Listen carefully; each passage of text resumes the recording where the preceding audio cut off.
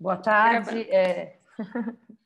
Boa tarde, a gente está aqui para começar a série de conversas propostas pelo CLAI, o Circuito Livre de Arte Independente de Campinas.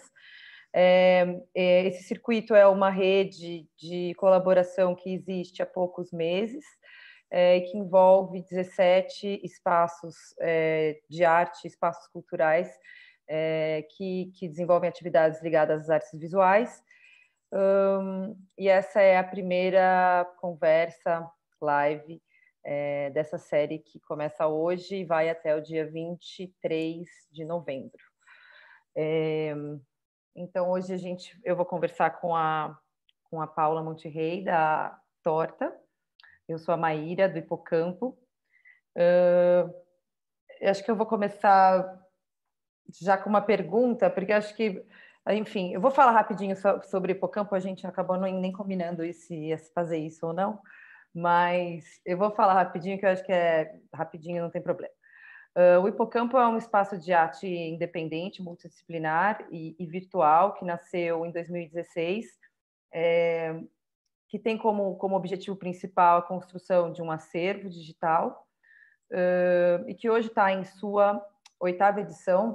Essa 8ª edição sai esse mês, agora ainda em outubro. E é isso. Acho que a Paulinha, de repente, podia falar um pouquinho rapidinho sobre a Torta, e aí eu posso retomar com a primeira pergunta para ela. Boa tarde a todo mundo. Enfim, vamos começar. A Torta é um espaço cultural na cidade de Campinas, está sediada na região central. A gente funciona desde o ano de 2016 como um espaço de circulação, de realização de atividades, mas também o espaço é uma casa, então é uma proposta que ela mescla questões de arte, questões de, enfim, questões domésticas, questões de cidade, questões relacionadas ao entorno do centro da cidade. E, enfim, acho que a gente vai poder conversar um pouquinho mais sobre essas características ao longo da conversa. Então, vamos lá, vou fazer a primeira pergunta para a Paulinha. A Torta é um espaço cultural, mas também é uma obra de arte, uma escultura de acolhida, como você definiu naquele filme de apresentação que foi feito justamente para o CLAI. E também uma estratégia de atuação junto a um território. Você pode contar um pouco mais sobre essa estratégia de atuação junto ao território e a partir da arte? Posso. Não consegui decorar, assim, fazer. Não, tranquilo, eu tô com a pistola aqui também, né? Eu acho que também está sendo uma oportunidade muito legal tanto de conhecer, né, esses outros espaços, como a Maíra comentou, que é uma proposta que está recente, né? Então acho que a gente ainda está no processo de se conhecer. E é sempre uma oportunidade muito legal lidar com as perguntas dos outros, né, sobre os projetos, para a gente lembrar de pensar sobre eles, retomar alguns pontos que para a gente pareciam já não olhava tanto tempo, ou já parecia um pouco óbvio, e daí você precisa olhar de novo e, enfim, tentar compartilhar, né? Essa questão específica, ela não é tão recente, né? Assim, como eu coloco no vídeo, que está disponível lá no perfil do CLAI, Ai, mentira, não está naquele perfil. Ele está no material de divulgação da Torta. É uma decisão que eu tomo a partir de 2018 até chegar aqui em 2020, que eu começo a colocar isso de maneira mais aberta, que é a proposta da Torta como uma obra, né? Como uma experiência estética, como uma experiência artística. Isso tem um pouco a ver com essa estratégia, né?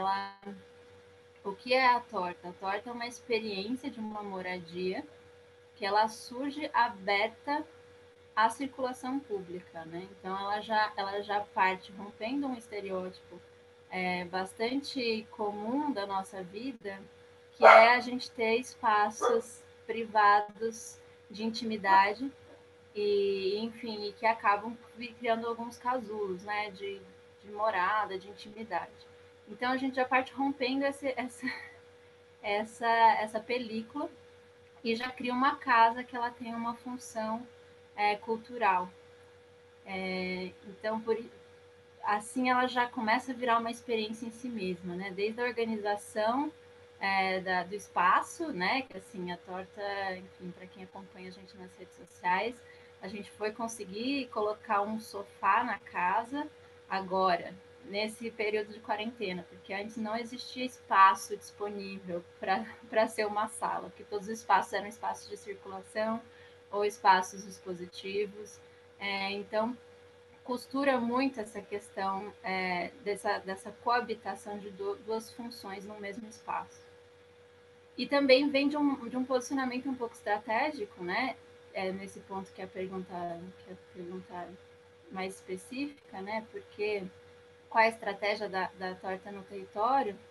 Uma vez que ela é uma casa que ela se propõe a estar aberta para as pessoas da cidade ou as pessoas que passam por aqui, ela se propõe a ser, então, uma perspectiva ativa, né, de participação junto ao território. É uma maneira, né, eu acho que daí também não é nenhuma uma estratégia muito elaborada, né, ela é uma maneira que eu encontrei, quanto pessoa, de participar da vida da comunidade, da cidade.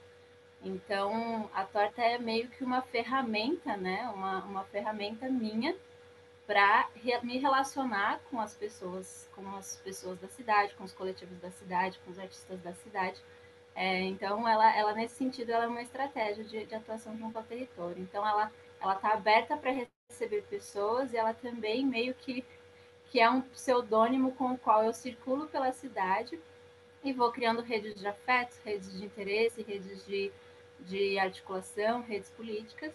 E essas redes acontecem numa via de mão dupla, né? Tanto atividades acontecem aqui, tanto eu me proponho a fortalecer outras atividades e outros movimentos. Então, nesse sentido, ela constrói o território porque ela participa do território, né?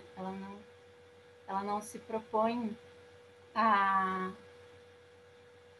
ser um espaço fechado, né? Ela se propõe a ser um espaço, desde o seu princípio, aberto para ser atravessada pelo que o território tiver a oferecer, né? E, nesse sentido, também participar do que acontece aí. Acho que eu respondi? Ficou confuso. Respondeu sim, não respondeu, mas eu quero só te perguntar se funciona. Quer dizer, você abrir as portas e se dispor e anunciar isso. Não sei como você anuncia nas suas redes, enfim, que você está aberta, que qualquer pessoa pode chegar lá e propor alguma coisa. Isso é suficiente, você acha, para as pessoas virem? Você recebe muitas propostas de gente do bairro? Como que é isso? Ela funciona, assim, já faz um tempo que eu entendo que a torta ela é o que ela é, assim, existe. É lógico, né, que a gente pode estabelecer um planejamento de um projeto e buscar executá-lo para conseguir algumas metas, né?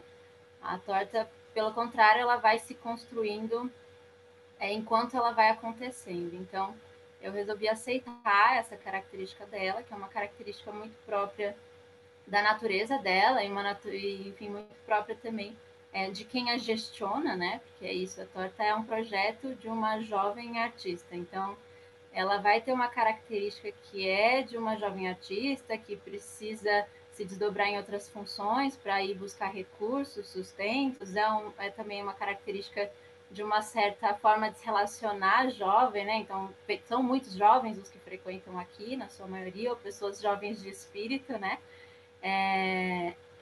Tem uma informalidade estabelecida, né? Assim, a gente todo mundo em casa, então não existem muitas formalidades no que acontece aqui. E também nessa circulação, né? Na circulação de uma jovem pela cidade. Então, enfim, as relações elas se estabelecem nos bares, nas festas, nos eventos culturais, nos grupos ciclistas, enfim, nos lugares por onde eu frequento. Então, nesse sentido, circular, ser parte do território, estar aberta para participar das atividades do território, é a principal chave da estratégia para que a casa tenha sentido, né? Porque no final são essas relações os principais eixos de contato. E daí, então, depois isso se desdobra, porque daí um fala para o outro, um convida para sei lá o quê, não sei o quê. E assim a gente vai interagindo. Mas também funciona no sentido, por exemplo, a torta, eu chamo ela de um experimento estético, porque ela realmente ela transborda para além do que é divulgado, digamos assim, quanto um espaço cultural, né? Ela é um espaço cultural também, mas ela também é outras coisas. Entender isso é, por exemplo, entender que às vezes nem tudo vai poder ser feito pela arte, assim, nem tudo a arte resolve. Então, por exemplo, como é um exemplo desse contato com o território, né? A gente está aqui localizado no centro da cidade, na Rua Duque de Caxias. Para quem não conhece muito o centro da cidade tem suas características. Essa rua, especificamente no período noturno, é uma região de prostituição. Então, a gente convive com um grupo de profissionais que está aqui todas as noites, né, que interage com a gente, que convive com a gente. E, por exemplo, em algum momento do percurso da torta, eu tive que conviver com situações de violência, né? Tive que interferir em violências entre pessoas, né? Entre cafetão e prostituta. Então, isso me mostrou que a arte não dá conta, assim, não é uma coisa que eu ia fazer uma intervenção artística para tentar resolver esse problema. O que eu fiz foi fazer uma formação que se chama, enfim, a formação das PLPs, que são as promotoras legais populares, que é um coletivo de educação popular feminista, e que elas lidam basicamente com a execução, implementação e pensamento da Lei Maria da Penha. Então, foi um ano me dedicando a esse coletivo e participando dessa formação, fazendo contato com essas mulheres maravilhosas que são de diferentes lugares da cidade, enfim, que estão relacionados com outras linhas de militância também. Tem várias que são do Sindicato das Domésticas, tem várias que são de pontos de cultura da periferia, tem várias que são parte de outros coletivos ou militâncias acadêmicas. E isso me formou uma outra rede que me ajuda em outras questões que a torta também está inserida, que é a questão da localidade. Né? Daí, não à toa, por exemplo, no contexto da pandemia, né? A torta quanto casa, ela foi abrigo para 2 situações de violência doméstica, né? Porque cria uma rede, cria um contato, cria uma referência. Mas isso, na verdade, não é do quadro, né? Não é da alçada do espaço cultural. Então, tem várias camadas que constroem a torta, né? E essa estratégia funciona nesse sentido, nessa disponibilidade, nessa criação de rede, que ela é bem lenta, e que ela vai funcionando do jeito que ela funciona, né? Acho que assim, ela existe a partir do momento que existe um interesse em participar e estar aberta para esses fluxos, né? E procurar essas redes. Mas nem sempre é algo tão visível, tão visual. Às vezes é uma coisa um pouco mais embaixo, assim, mais de raiz, né?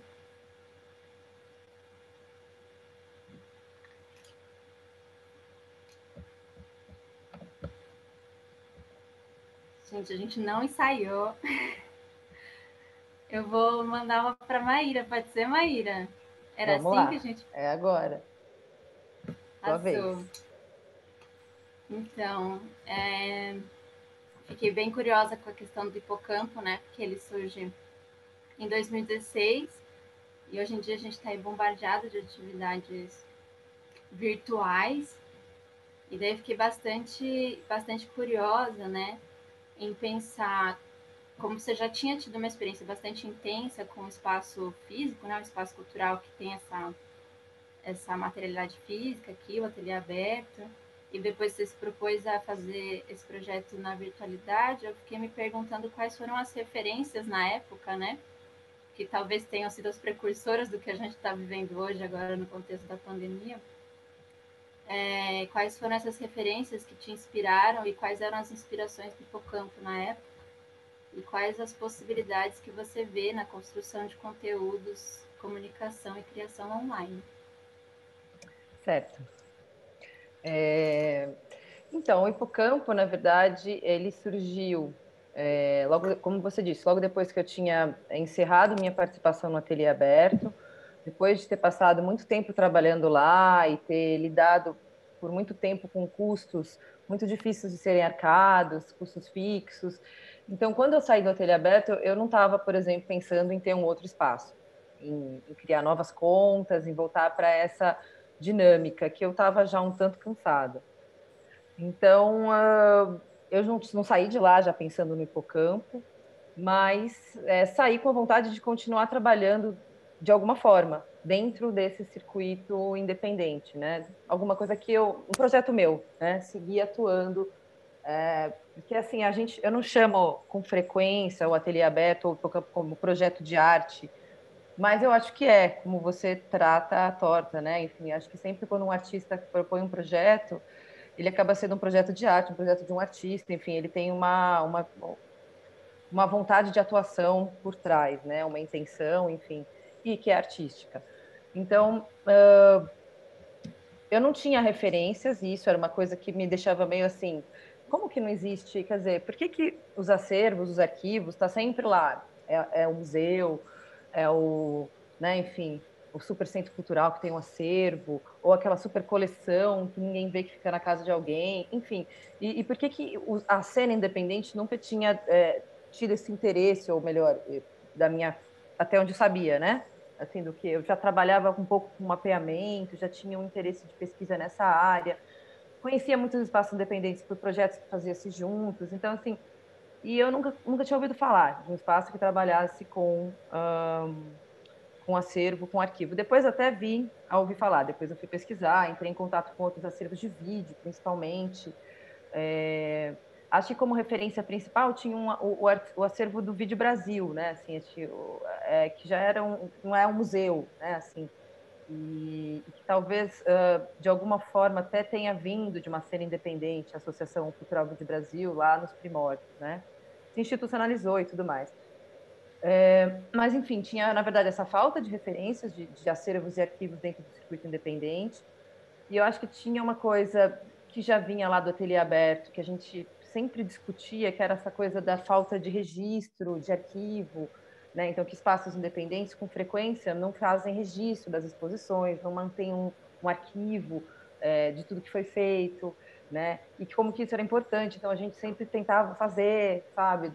Sempre que possível, preocupava em se arquivar muita coisa.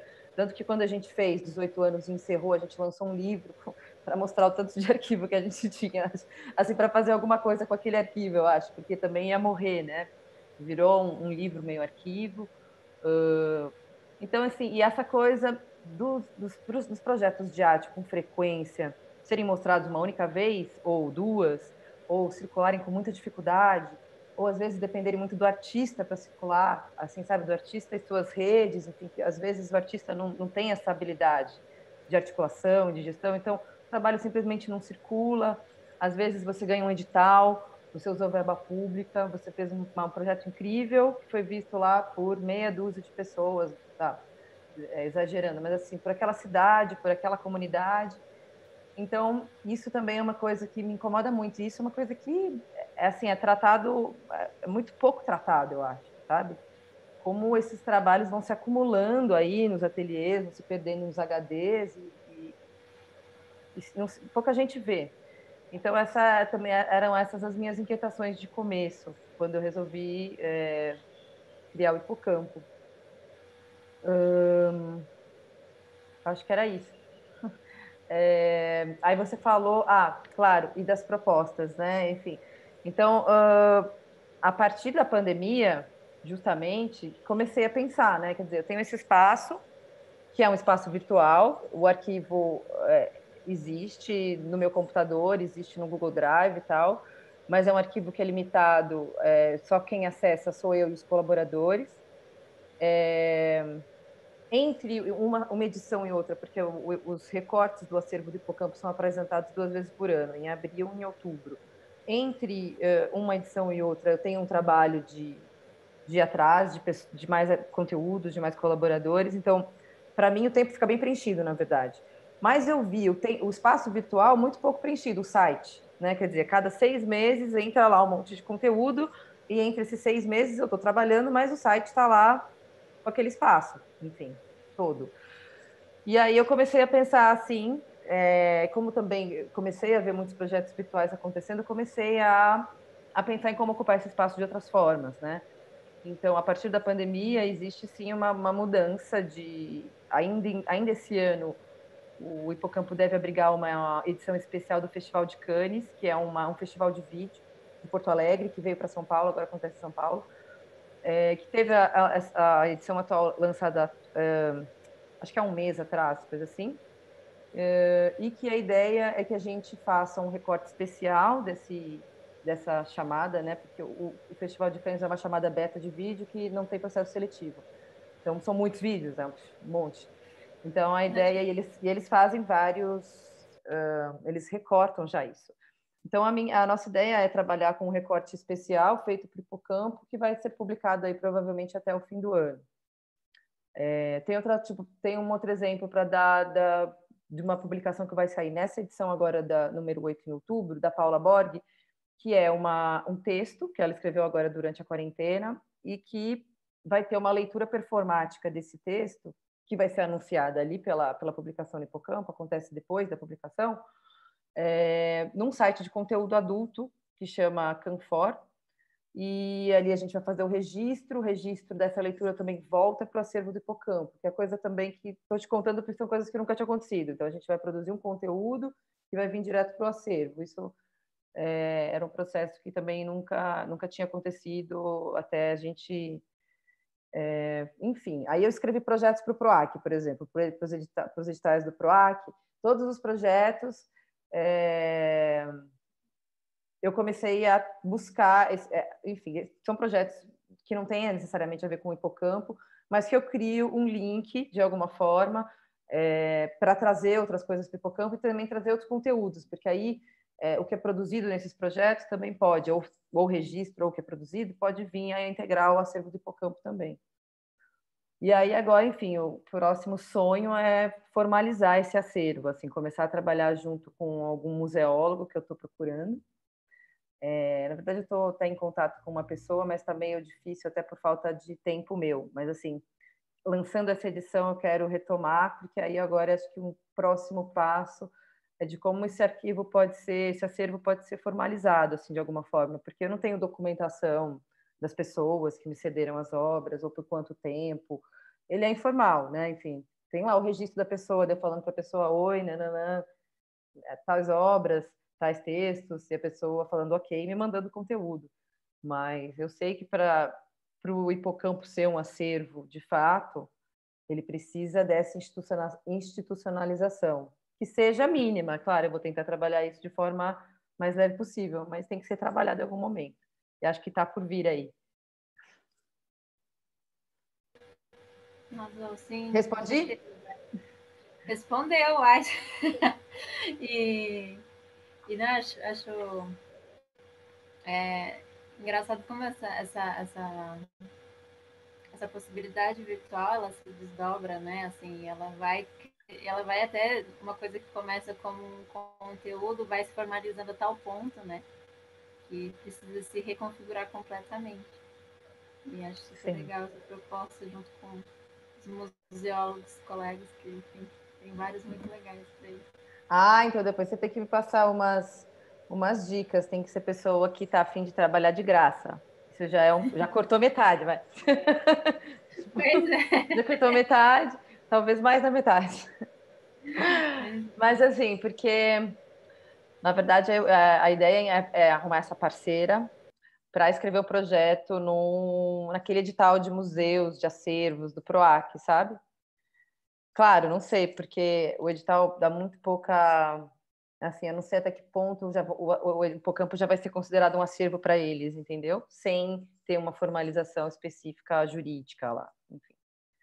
Mas eu queria tentar esse edital, né? E aí, se a verba do edital, aí não é trabalhar de graça, mas é sonho, né?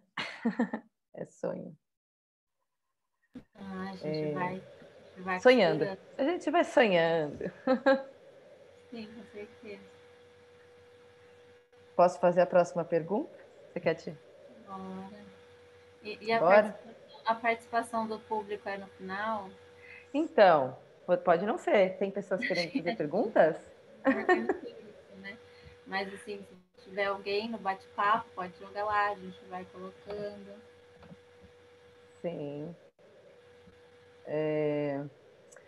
Então tá, vamos lá. Vou tentar não ler, mas é muito difícil para mim. Você foi ótima.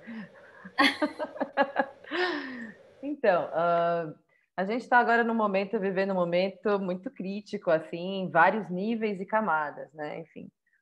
E isso me parece indicar uma necessidade de retomar um caráter social, um caráter mais político da arte e da ação artística, da ação cultural. E, consequentemente, da atuação dos espaços que a gente gestiona, né?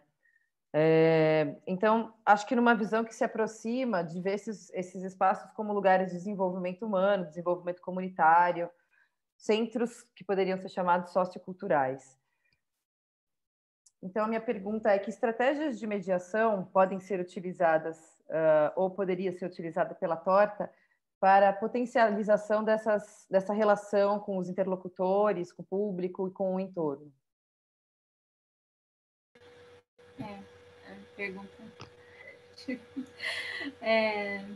Enfim, não acho que é uma pergunta assim, difícil no sentido de. Acho que Mas você respondeu um pouco dela já até, né? eu acho que já, mas assim, acho legal reforçar, assim, por exemplo, né? Acho sempre legal reforçar o ponto da onde parte, né? Essa minha colocação, minha opinião. Porque, por exemplo, a palavra retomada, né? Eu sou uma pessoa, eu tenho 26 anos e assim, comecei a atuar com arte, assim, e, enfim, nesse cenário, ali entre 2013 e 2014, mais certeiramente ali 2016, 2017. Então é muito recente, assim. Então, para mim, retomada não faz muito sentido, porque eu já caí nesse buraco, assim. Eu já caí sentindo essa pressão política, digamos assim, desde 2013, né? Acho que 2013 foi um pouco um momento de tensão política, daí 2014 a gente teve as eleições, daí 2015 a gente tem, enfim, um acirramento de manifestações, 2016 a gente tem um processo bem confuso de impeachment, de golpe, e daí depois a gente vem nessa escalada do que a gente tem como uma configuração de uma eleição de uma personalidade fascista, né? Então, assim, eu caí já nesse buraco, né? Esse buraco é a minha realidade, eu não conheço antes, essa é a verdade, assim. Como trabalhadora da cultura, eu não conheço esse antes. Então, para mim, sempre foi necessário, assim, não sei por que seria retomada, né? Porque para mim sempre foi necessário, porque desde quando eu comecei a trabalhar com isso, isso já estava posto. Ou estava já sendo anunciado, né? Assim, já estávamos escutando seus sinais. Então, acho que talvez um pouco é a gente pensar que sempre é necessário, né? Eu acho que essa situação coloca a gente nesse lugar de não se conformar, né? Não se confortar com situações de estabilidade e perceber que a liberdade é um exercício contínuo, né? Assim, a liberdade, os direitos, a dignidade, tudo isso é um exercício contínuo e que, enfim, espero que se em algum momento a gente passar por esse momento, a gente continue praticando bastante, para evitar que momentos assim aconteçam. Mas aí, como estratégia, né? Eu acho que é um pouco do que eu já comentei, assim, eu acho que circular é muito importante, pelo menos para mim é muito importante, tem sido importante, circular por outros espaços, entender quem eu sou, qual é a minha história, como é que eu posso contribuir, como é que eu posso habitar a cidade junto com outras pessoas, junto com outros coletivos. Assim, falo nesse sentido de habitar para não ficar uma coisa unilateral, né? O que eu tenho de conhecimento que eu posso ajudar os outros, né? Eu acho que isso não é muito nesse caminho que eu tento trabalhar, mas é mais como eu posso participar do que acontece na cidade. E daí os interesses eles vão surgir e as parcerias elas vão se estabelecer. Então acho que é isso, evitar uma unilateralidade nas relações, tipo se propor a dar e receber, a aprender. Acho que também tem isso, né? Eu tenho uma prática em educação, sou educadora, E acabo que estabeleço muito da gestão da torta dentro dessas práticas, né, de mediação cultural, de aprendizados, e de uma perspectiva bastante horizontal, não sei se seria a palavra, assim, porque eu acho que horizontal tem pano para manga aí para a gente ainda pesquisar mais e, enfim, pesquisar mais isso como uma estratégia, mas numa tentativa de não hierarquizar realmente, assim, né? Então, receber as coisas que chegam, tentando não hierarquizar elas e dar o mesmo valor e espaço para que elas possam ocupar o espaço da torta, por exemplo, né? Então a gente recebe desde uma exposição, a próxima, a gente está fazendo um programa agora na quarentena que chama Relações Tortas, que são uma série de lives que a gente convida pessoas que já passaram pela casa para conversar, para fazer uma avaliação aberta de como foi, para contar um pouco do que eles fazem.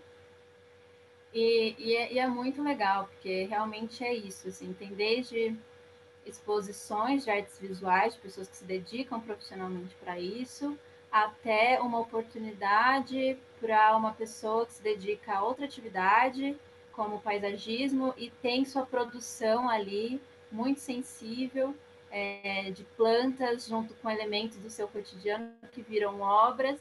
E onde é que ele vai expor isso?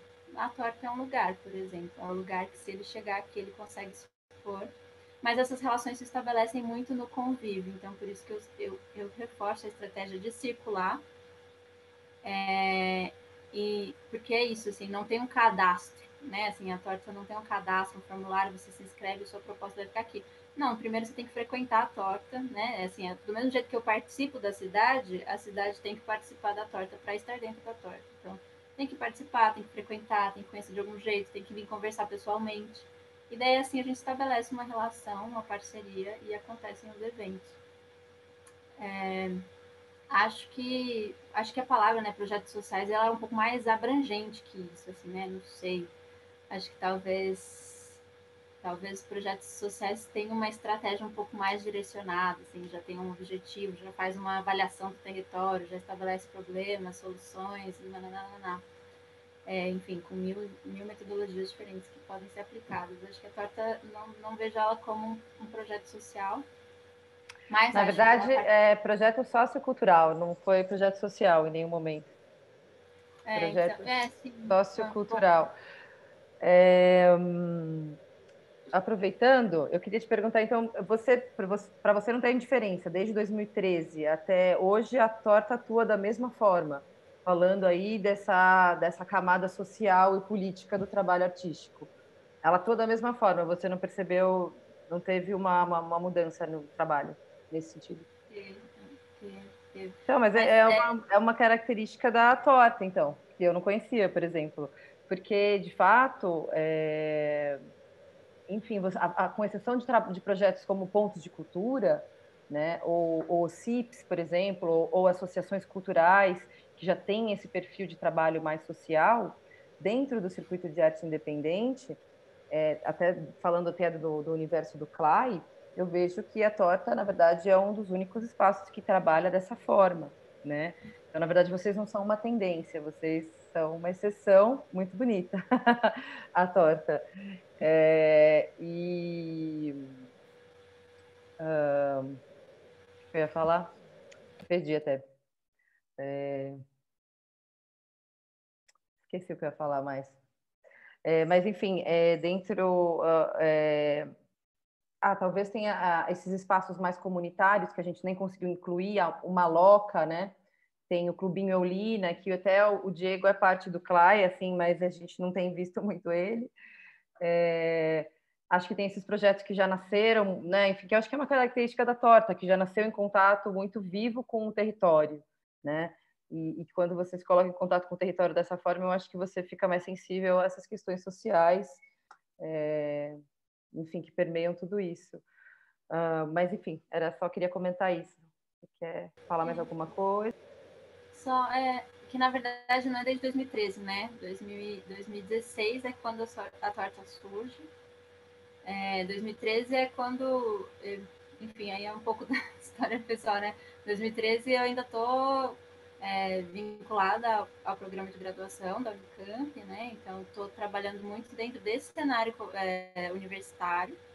É lógico que eu já tinha um perfil grevista, assim, já tinha um perfil meio de movimento estudantil.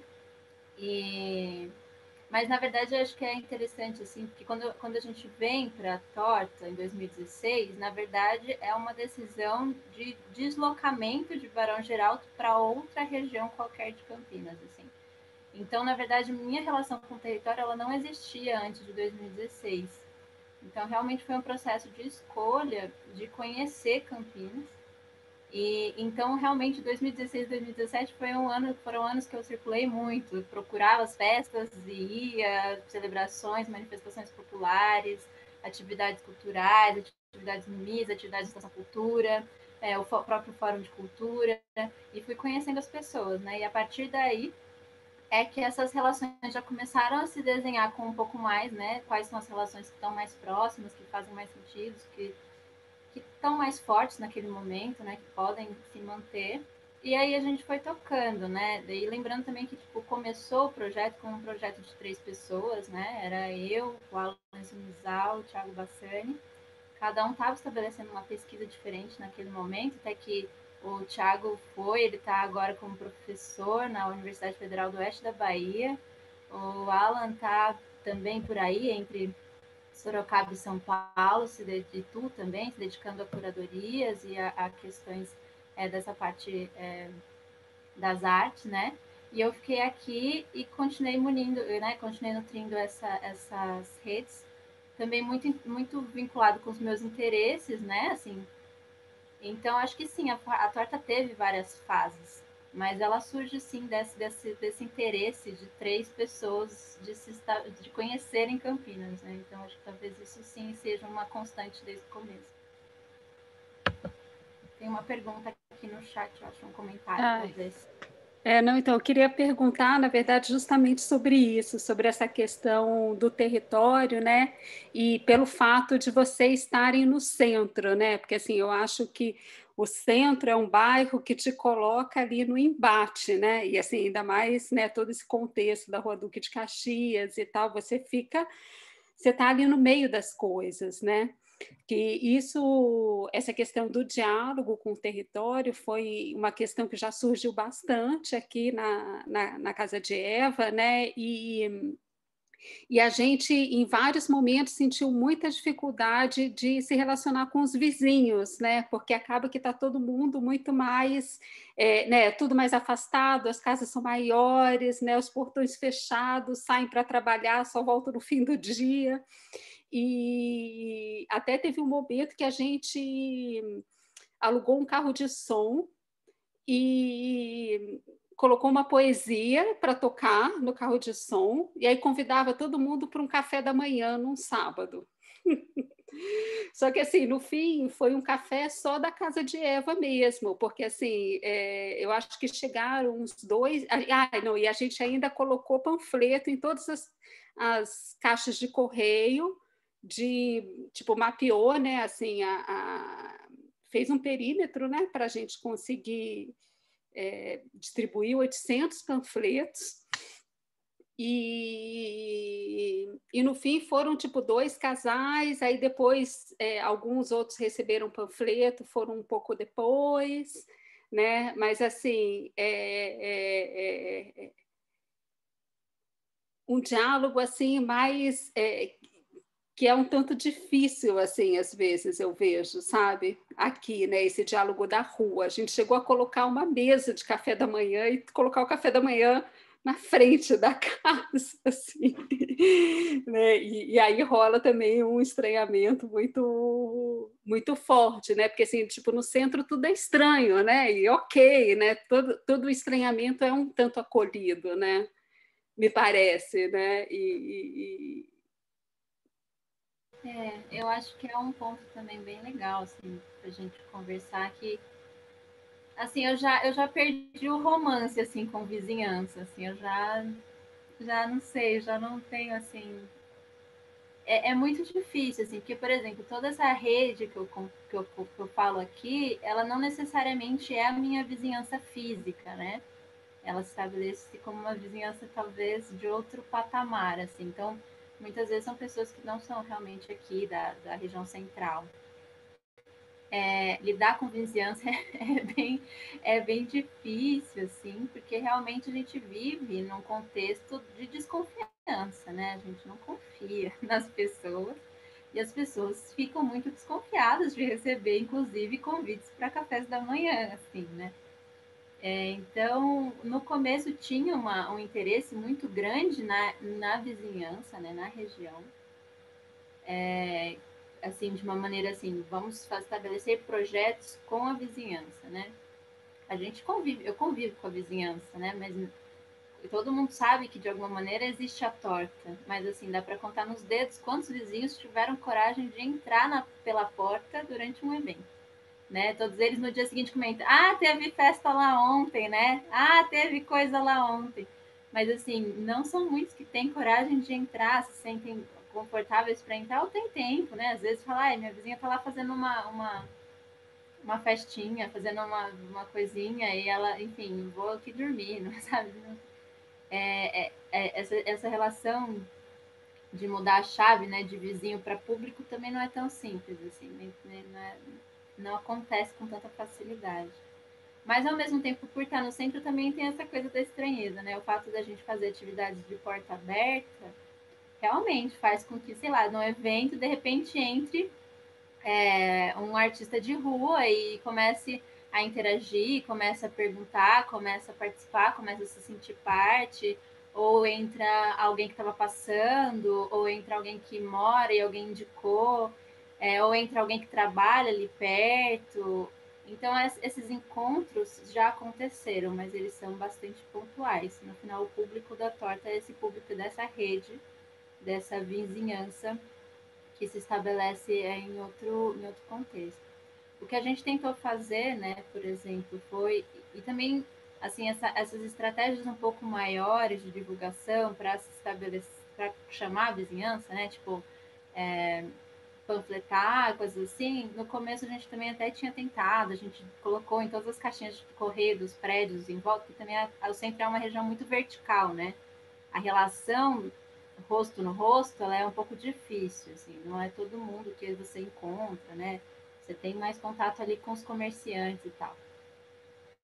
E a partir do momento eu também parei, porque eu achava que era um pouco inseguro por eu morar no lugar onde eu trabalho e estar sempre de porta aberta, simplesmente divulgar a um nível muito grande as atividades que aconteciam aqui.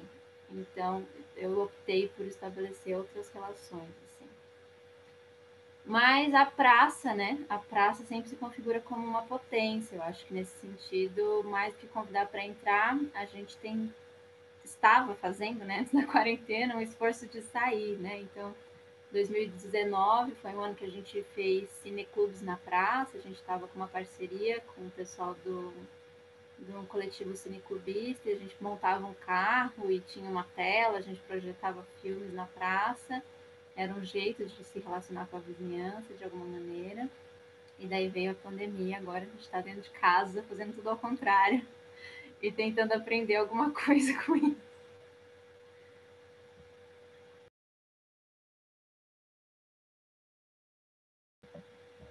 Eu acho que nesse sentido também o projeto da Mayra, eu fiquei bem curiosa, assim, porque realmente para mim está sendo uma dificuldade muito grande pensar questões online, assim, né? Porque foram alguns anos me dedicando a essa questão de vizinhança, de território, de circular. E, enfim, para mim essas questões virtuais são bem complicadas e ver como a Mayra desdobrou isso no hipocampo e está rendendo várias outras possibilidades também é muito legal de ver. Eu vou emendar a segunda pergunta, posso, Maíra? Vamos lá. Então, esse acervo, vou ler também. A plataforma do hipocampo, ela se propõe como uma espécie de acervo. E, ao mesmo tempo, ela se organiza por edições. Você comentou, né, que é uma edição a cada 6 meses que sai. E daí isso vai tomando um corpo e eu vi que existe um cuidado, né, de que esse acervo ele não se organize só por edições, mas que ele vá formando de alguma maneira um corpo maior que se reconfigura, né? Porque o site tem categorias e tags e elas vão mudando de tamanho de acordo com a quantidade de conteúdos, né? E eu queria saber como funciona esse processo de curadoria, assim, né, de edição, e como é que você pensa nesse corpo, se você pensa por edição, se você pensa nesse corpo como um todo, enfim, como é esse processo de lidar com esses conteúdos e com esses temas. Certo. Então, como eu tinha te contado, entre uma edição e outra, eu fico nesse trabalho de procurar novos colaboradores e procurar novos conteúdos.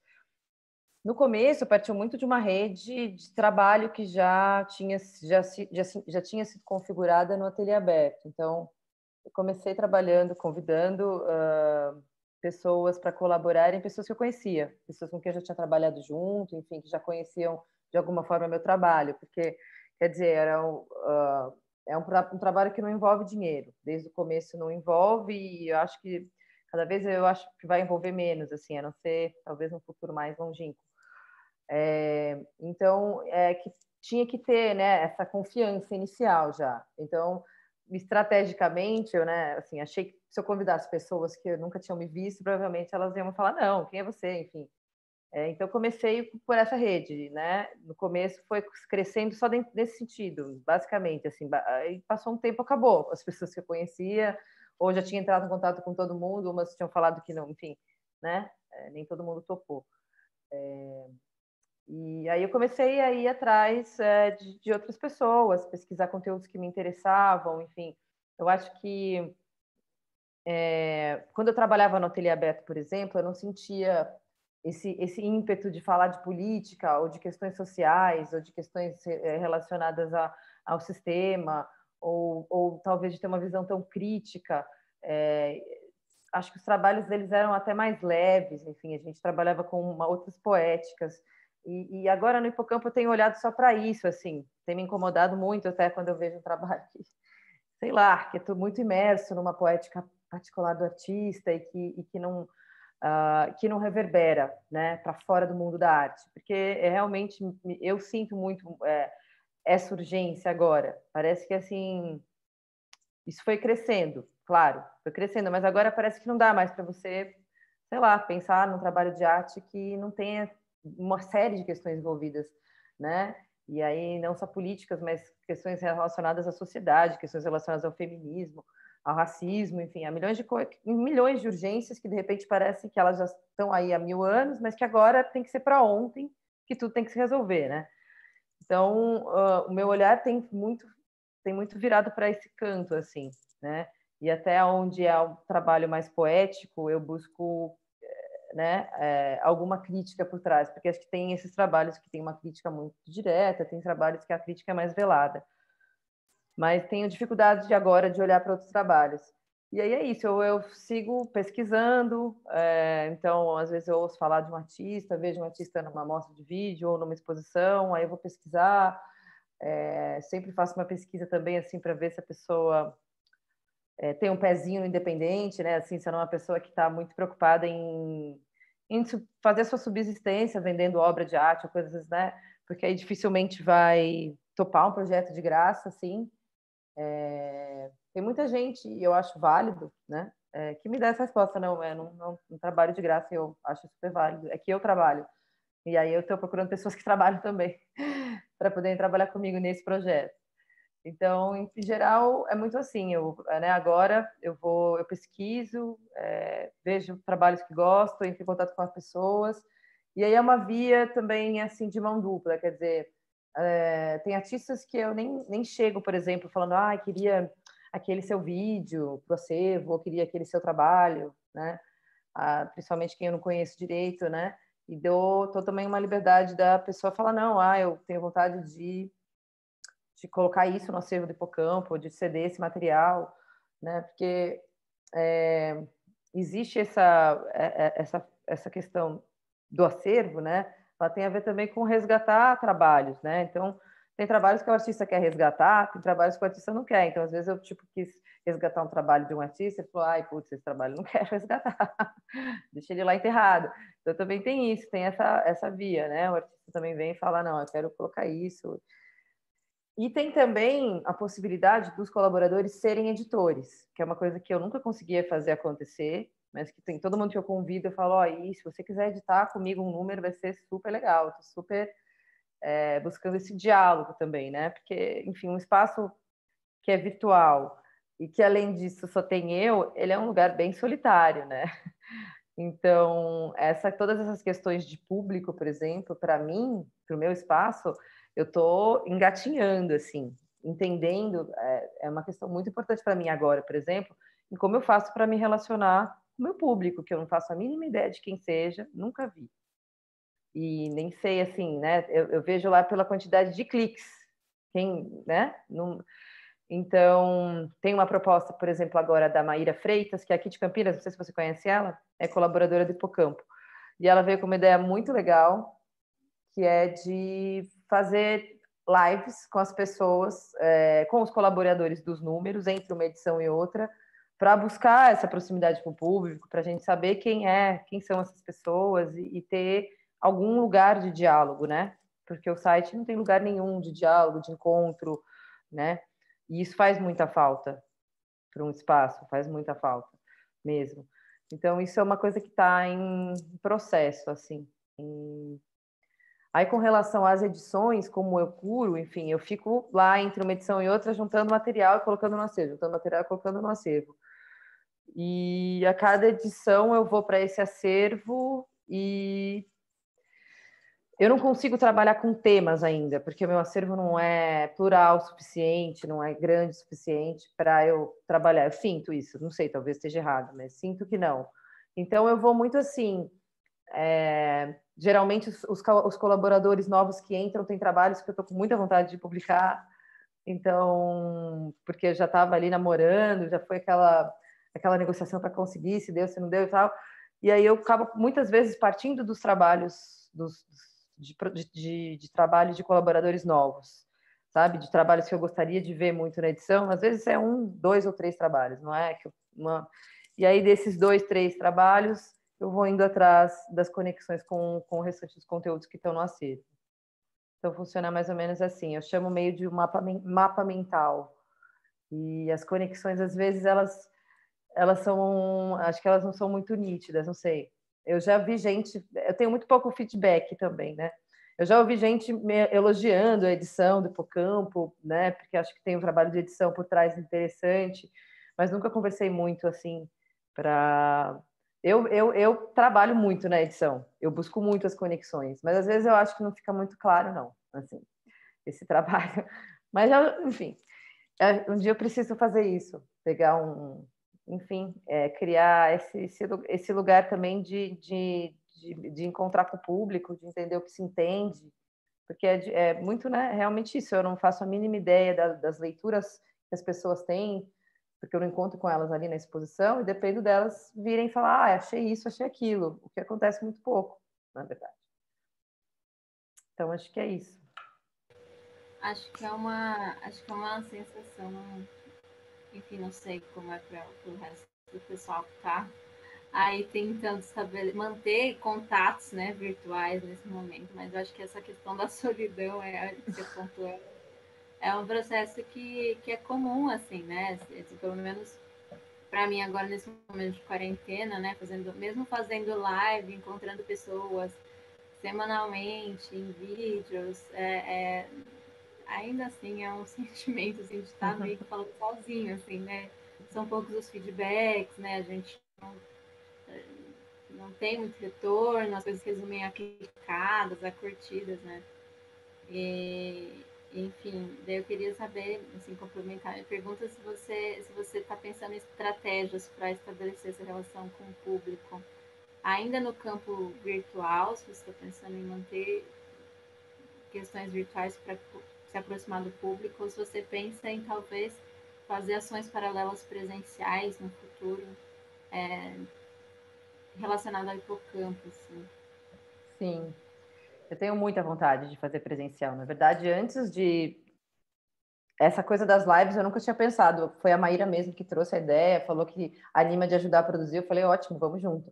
Mas antes disso eu já tentei inscrever o Hipocampo, não sei em quantos editais, mas assim, e todas as propostas eram desdobramentos do Hipocampo para o Real, porque o Hipocampo tem isso, né? Enfim, por que também é tão legal você ter um acervo digital dentro daquele contexto inicial que eu estava falando, de trabalhos que circulam um pouco? Porque quando o acervo é digital e a amostra é online, eu estou pegando um trabalho que talvez tenha sido visto só em Recife e colocando num site que tem potencialmente a possibilidade de ser visto por todo mundo. Enfim, todo mundo que tem internet. Então, enfim, existe essa coisa desse público infinito, mas que é um público que você não vê, né? Essas possibilidades infinitas de público que você nunca viu. E aí, assim, eu não sei se essas lives vão funcionar. Eu acho que lives vão funcionar cada vez menos, na verdade, né? Ufa! Mas eu preciso dar um primeiro passo nesse sentido. E agora não tive nenhuma ideia melhor, na verdade, de como isso pode acontecer. Não sei, Paulinha, se você quiser fazer um hipocampo lá na torta, um dia você me fala. A gente vê se a gente acha um pessoal a fim de participar, porque eu acho que isso seria muito. Enfim, mas é esse desafio, né? Por dizer, se eu vou fazer um hipocampo na torta, eu quero trazer os artistas, porque aí faz sentido, se os artistas tem que ser os artistas de Campinas. Vou fazer então, olha que ideia boa, hipocampo Campinas, hipocampo Campinas, só os colaboradores de Campinas vão fazer essa exposição. Depois faz um hipocampo em Recife. Eu preciso de mais perna para isso, né? Colaborador de Campinas tem um monte, de Recife deve ter uns 3. Então, mas acho que isso pode ser uma ideia, porque é isso, né? Reunir. Você foi de um universo de falar, eu falava com Campinas para de repente falar com o mundo, e aí se você quer trazer o mundo para o presencial é muito complicado, enfim. E tem que ter estratégias que eu não tenho agora. Você perguntou se eu tenho estratégias, não tenho. Mas eu acho que começar com essa interlocução entre os artistas, os colaboradores e o público pode ser um caminho, ainda que seja virtual. E aí, enfim, Paula, acabei de pensar isso daí que você falou. Enfim, quem sabe a gente faz alguma coisa. Enfim, pode ser na torta, pode ser também na casa de Eva, ou também pode ser no Pavão Cultural. A gente vê. Tem um monte de espaço para circular, né? Pode fazer um em cada um. Só precisa também das pessoas toparem, né? Não sei como é que tá. Eu não trabalho no circuito independente assim das exposições físicas faz tempo. Não sei se as pessoas continuam topando assim. Oi, tudo bem? Vamos fazer uma exposição. Você traz aqui, eu penduro e vamos. Espero que sim, porque aí a gente faz. Eu acho que eu tenho a última. Dá tempo? A gente já está com 1 hora, Paulinha. Como é que a gente faz? Porque você tem mais uma pergunta, eu tenho mais uma, é isso? Ah, não. Acho que sim. É isso? É isso? É. Então, mas aí não vai dar, vai ficar apertado, né? Será que a gente abre para bater um papo? Ou você acha. Deixa eu ver aqui.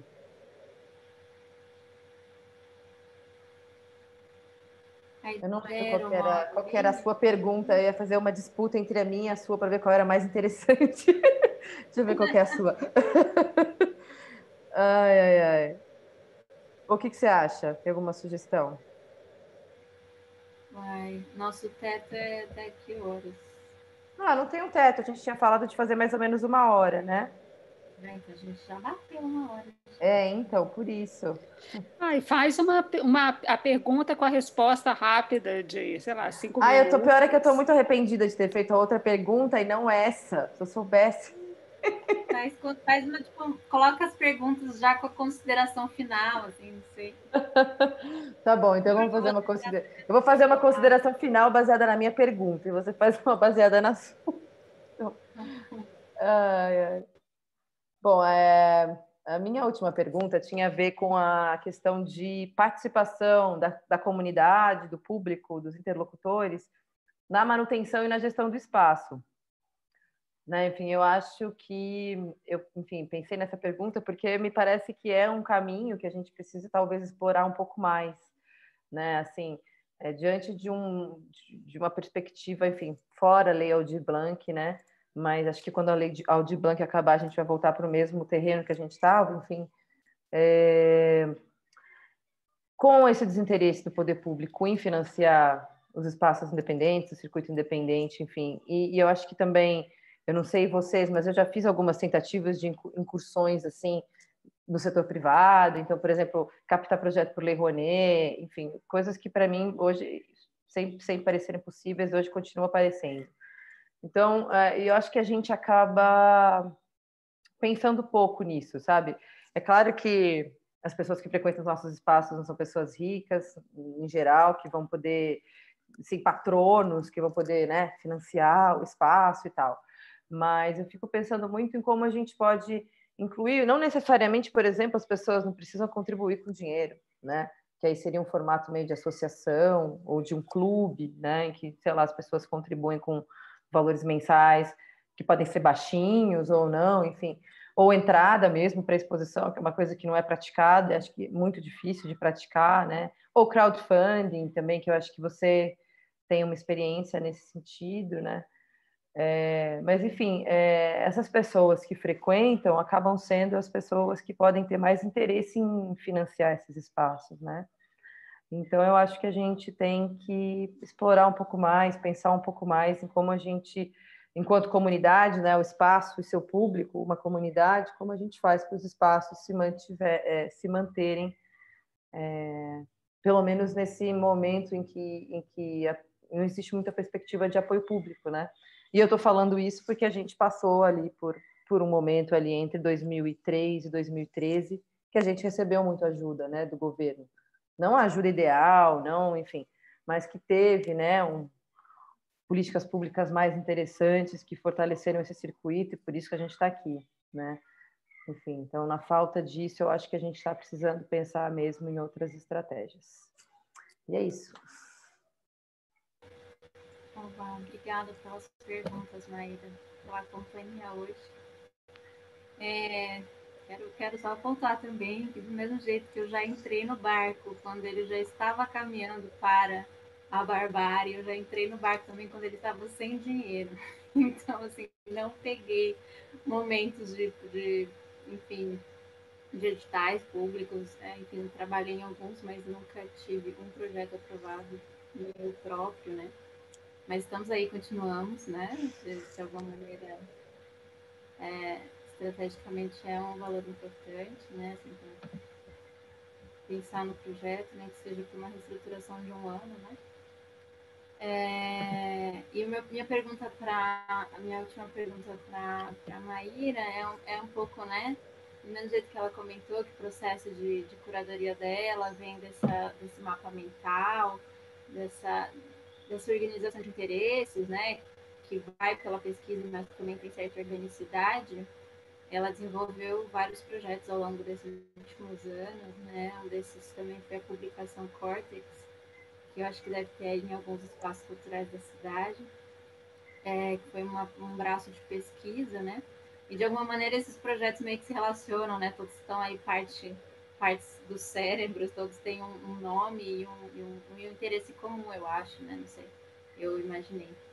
E fiquei bem. Minha última pergunta foi um pouco nesse sentido de tentar entender qual que é esse desejo que rege, que costura tudo isso, assim, né? Porque, querendo ou não, acho que esse momento de pandemia é um momento que faz a gente reavaliar nossos projetos, né? Eu acho que todos eles estão muito ligados à nossa história de vida, aos nossos desejos, nossas necessidades de atuação. Acho que todo projeto, de alguma maneira, é uma necessidade de participação, de atuação. Então, fiquei curiosa para saber qual seria esses que costuram o hipocampo, o córtex e outras tantas, né? Tem aí uma série que vai sair, Artifícios. E, enfim, já estou vendo aí que tem várias outras que estão aí sendo desengavetadas, que estão sendo trabalhadas e tal, e que vão chegar em breve. Mas queria só complementar também, além de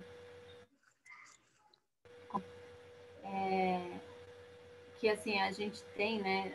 Assim, eu entendo que a torta tem muitos ciclos, assim, nem todos, como eu falei, tem alguns que são de raiz mesmo, estão embaixo da terra, e nem todos são visibilizados, assim, são divulgados. Mas tem muito a ver também enfim, com quem eu sou, enfim, com a minha idade, com a minha experiência, com a minha vontade de fazer. E é lindo a gente perceber que sim, que tem muita gente que está com vontade de fazer junto, assim. A gente fiz, né, um financiamento coletivo no ano de 2018 para financiar a torta no ano de 2019, para fazer uma manutenção básica da nossa estrutura física e programática, né? E, enfim, é isso. A gente não consegue arrecadar valores altos, porque é isso, né? Assim, não tem nenhum patrono, né? Assim, se a gente trabalha com participação, as pessoas que participam são muito mais próximas da gente, assim. Então, as condições financeiras, elas são próximas também.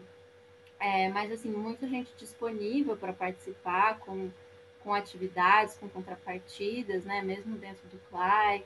A Casa de Eva fez doação de livros para que a gente pudesse colocar como contrapartida das doações. O pessoal do Chila Nova se disponibilizou a dar uma oficina gratuita que o dinheiro seria revertido. Vários artistas da cidade, de diferentes lugares, né? De diferentes lugares também se disponibilizaram, né? A gente fez várias recompensas que eram assim coletivas, né? Assim, era tipo, se você fazer uma contribuição, a cidade vai ganhar uma performance numa praça pública, né? Assim, e a gente foi trabalhando com o que tinha, a gente fez uma festa no Goma, que é um espaço, no Barão Geraldo, que cedeu o espaço, deixou a gente Eu cobrar fui. para entrar. É verdade. Um monte de músicos, foi mais de 14 músicos que se disponibilizaram a tocar no dia, né? Não vou nem citar para não esquecer de nenhum, porque eu não tô com a lista aqui, mas assim, foi muita gente.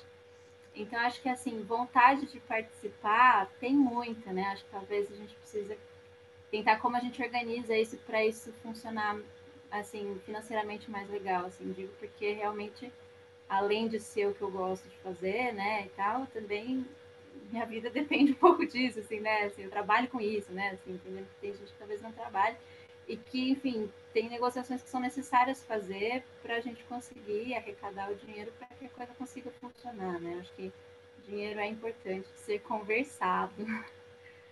E acho que essa pergunta vem bastante boa hora, porque eu acho que o ano que vem, ou, enfim, acho que mesmo esse ano, né? A gente vai tá precisando se reinventar muito para conseguir pagar as contas.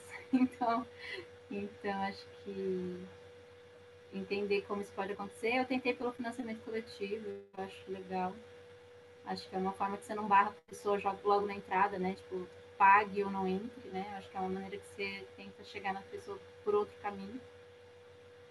Mas é isso, daí às vezes o financiamento coletivo precisa de uma rede muito articulada, com grana, que às vezes o próprio marketing digital, as redes sociais é que vão talvez potencializar isso. Então, as coisas acabam sendo todas necessárias ao mesmo tempo. Acho que isso. Eu não sei se eu fiquei te devendo ou não te falar alguma coisa sobre a sua última pergunta. Ai, fala! Não vou falar rapidamente só, então, porque é uma pergunta tão gostosa. Eu acho que muito de cara, assim, logo que eu saí da faculdade, comecei a trabalhar no ateliê. Na verdade, eu comecei a trabalhar no ateliê, eu estava no segundo ano de faculdade.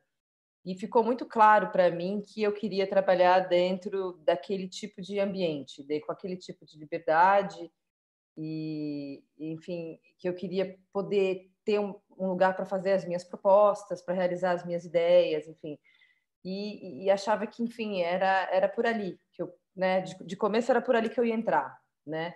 E depois, conforme eu fui trabalhando, era ali que eu queria ficar, sabe? Porque eu acho que existe um circuito institucional, assim como o circuito comercial, eles têm, que hoje em dia são coisas que são os dois circuitos hegemônicos e que hoje em dia são muito confusos, né? Assim, o circuito institucional está muito parecido com o circuito comercial e o circuito comercial está muito parecido com o circuito institucional, mas, enfim, são circuitos que têm comprometimentos que não são talvez em primeiro lugar com a arte, né? Então você tem lá o circuito comercial, ele tem um compromisso com dinheiro, com lucro, né? Enfim, é o mercado. Tem o circuito institucional que tem um compromisso forte com a sociedade, dinheiro de imposto, né? Então aquilo tem que ter uma utilidade para a sociedade, né? De alguma forma, né? Ou pelo menos tem que ser muito bem frequentado, tem que ter público, né? Tem que ser popular de alguma forma. Então, eu sinto que o circuito independente, eu sou apaixonada por trabalhar nele, por pesquisar ele e por fazer ele ter mais visibilidade, por acreditar muito nele, por achar que ele é subjugado, e acreditar muito nele, porque acredito que é onde tem o lugar assim da voz do artista, da voz da arte, o lugar que o experimentalismo está ali de verdade, está ali genuíno, sabe? Não é uma coisa, um lab qualquer. Aquilo ali está ali, assim, no geral, né? É claro que essas são características que nem sempre estão em todos os espaços. Tem a questão também dessa visão mais interdisciplinar, né? Que eu acho que é uma coisa que, enfim, o sistema da arte vai absorvendo aos poucos, enquanto o circuito independente já absorveu faz tempo. Tem esse lugar da vanguarda, enfim, para mim é um lugar de paixão. Então, eu faço só coisas relacionadas a isso. Recentemente, o pessoal de um encontro de espaços independentes do Rio fizeram esse primeiro encontro esse ano, né? E aí, eles vincularam esse encontro ao Arte Rio, que é uma feira de arte. E aí entraram em contato comigo, tá? Eu vi que um monte de gente bacana participando, mas eu falei, gente, desculpa, eu não consigo ver sentido nisso. Eles estão pagando? Tipo, não, é só para eles parecerem descolados, sabe? Que nem em São Paulo, a SP Arte faz o circuito dos ateliês, não dá R$ 1 para os espaços, faz lá um folheto e fala que está dando uma ajuda na visibilidade, entendeu? E eu acho que, enfim, são lógicas que é muito difícil. Eu acho que a gente tem que sim buscar cooperação com esses circuitos, mas é muito difícil as lógicas baterem e as coisas funcionarem, sabe? E é isso. Acho que é isso.